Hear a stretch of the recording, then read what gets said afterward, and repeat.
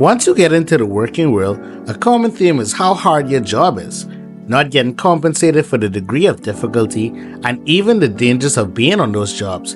In this video, I'm going to list the top 5 worst jobs that you can find yourself working at. Number 5. Any fast food company. Whether you work on the run on the night shifts during the weekend, any South, KFC, or anywhere that serves food, you know what I'm about to say. Dealing with hungry persons on their lunch break, drunk, impatient men and women after the club who tend to throw derogatory slurs, threats, and even getting physical with you on the job, it's never worth the pay that comes with it. If you answer back, you're wrong because you escalated the situation according to management. And if you refuse to serve these persons, it further angers them and leads to unwanted or unwarranted situations. Then there's only so much a security officer can do to protect you before the proper authorities arrive. This is a mentally draining job, and that's why persons may report sick during the weekend, further putting the load on other persons who show up to work. Number 4. Security officers. Top flight security of the world, Craig. Shit, not just the city, the world. I'm going to be very frank with this. Behemoths do not respect security officers, and that minimum wage is not enough to get hurt on these jobs. Security officers, for the most part, just be doing the jobs that they are mandated to. As simple as going to someone and saying, "Sir, hey, you can't park there," only to get a response like, "You didn't use police, eh? Or that's why you only security now." Disrespecting them normally in front of many people. Unless you work in an armored truck, you are typically under-equipped to fend off against deadly attacks, and your primary is usually a baton and a radio. Even the uniforms they make you pay for. There are some companies that used to allow security officers to be partnered up with a big dog, but I don't know if this is something current. This job definitely takes a toll on your mental over time. Number 3. You seem upset. No, I'm just frustrated with work. It's alright. It's nothing you can do about it. Have you ever stopped to think, why are nurses always on strike? There's no secret that our country has a shortage on nurses. As a result, they go to work on undermanned shifts, where one nurse typically takes on the workload of 2 to 3 nurses. This results in slower services to the public, which in turn creates a hostile, chaotic environment. I won't call any names, but all I'll say is Fleming, PM, Michael Beach. Take it how you want it. This is an actual cultural phenomenon, so customers always come on level 10 with the nursing staff. There's also a lack of modern equipment. Half the time nurses have to improvise just to get basic level things done. Not to mention, all the doctors are either on a private practice or have another job. So customers tend to wait about 8 to 4 hours, 4 to 8 hours, however you want to call it, just to get seen.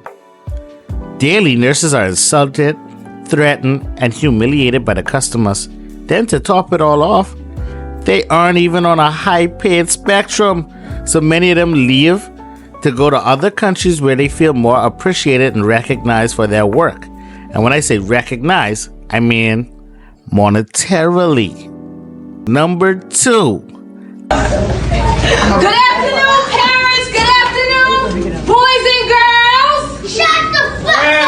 hey, not nice. No, thank you. No, thank you. You need to leave. No, bitch! Okay. Lack of respect for authority. Some students openly challenge teachers, talk back, refuse to follow instructions, or even in some cases try to fight the teachers. In some cases, parents side with their children without even hearing the teacher's perspective. Lack of support from parents. Some parents don't even respond to calls, messages, or requests for meetings. Others show little involvement with their child's learning. When behavior issues come up, it's hard to correct them without the support and consistency from the parents. Defensiveness and blame. Instead of working with the teacher to solve the problem, some of the parents get defensive or accuse the teacher of being unfair to their children. This can make it hard to have constructive conversations with the teachers. Students testing boundaries. This is a major one. Some students act out to get attention, avoid work, or impress peers. If they are not disciplined consistently at home, they often don't take school rules seriously. You might have repeat rules daily to correct the same behaviors and deal with the power struggles constantly. Lastly, the emotional toll. Dealing with a rude or disrespectful student and unsupportive parents can wear you down. It can affect your motivation, mental health, and even your love for the job. Some teachers starting to feel isolated, or they're not even making a difference. The number one worst job that you can have is a prison officer. And I refuse to go home and leave my subordinates suffering by this. I'm prepared to circumstantial with them. I'm prepared. I get this country right now. You see what I get? Nothing. This is nothing for what Judy Mills gets. Go open my file. Overtime on overtime. These officers in here don't get my overtime. Mother, these officers in here, daddy, I'm pregnant officers on here. You come to work with your baby milk here. And you can't even have time. You understand me? You take your baby home. You 6 weeks. You're lucky to get 10 weeks. And in the end, you can't even get a decent package. You have seen your officers walk on that chain who gave their guts to the prison. They didn't even give them a proper thank you. Not even a 75-cent card. The environment in jail is different. If you haven't been there, don't go there. It's basically a cesspool for diseases and infection. The air is thick, nasty, and heavy. You are not allowed to have phones in jail, which is valid. The rule is set to ensure that no guard is allowing prisoners to make calls that can be used to orchestrate crimes. This now makes the job feel like you are also a prisoner because you are separated from the outside world. You won't know about any emergencies unless it's dire until the end of your shift. This doesn't speak to the dangers on the job. Every day, for 8 hours a day, you are surrounded by the worst of the worst that society has to offer. And at any moment, with the rise of tensions and all the presence of the gangs, a riot, though uncommon, can arise. Then to top it all off, promotions in this field are few and far between, so you can work as hard as you work with little elevation available. This gradually declines your morale because now you feel like you're working in vain. Don't forget, while your morale is declining, your mental health is also deteriorating, witnessing acts that can turn grown men, some be it quote, gangsters, unquote, into other men's girlfriends. I won't go to jail. I give you my word.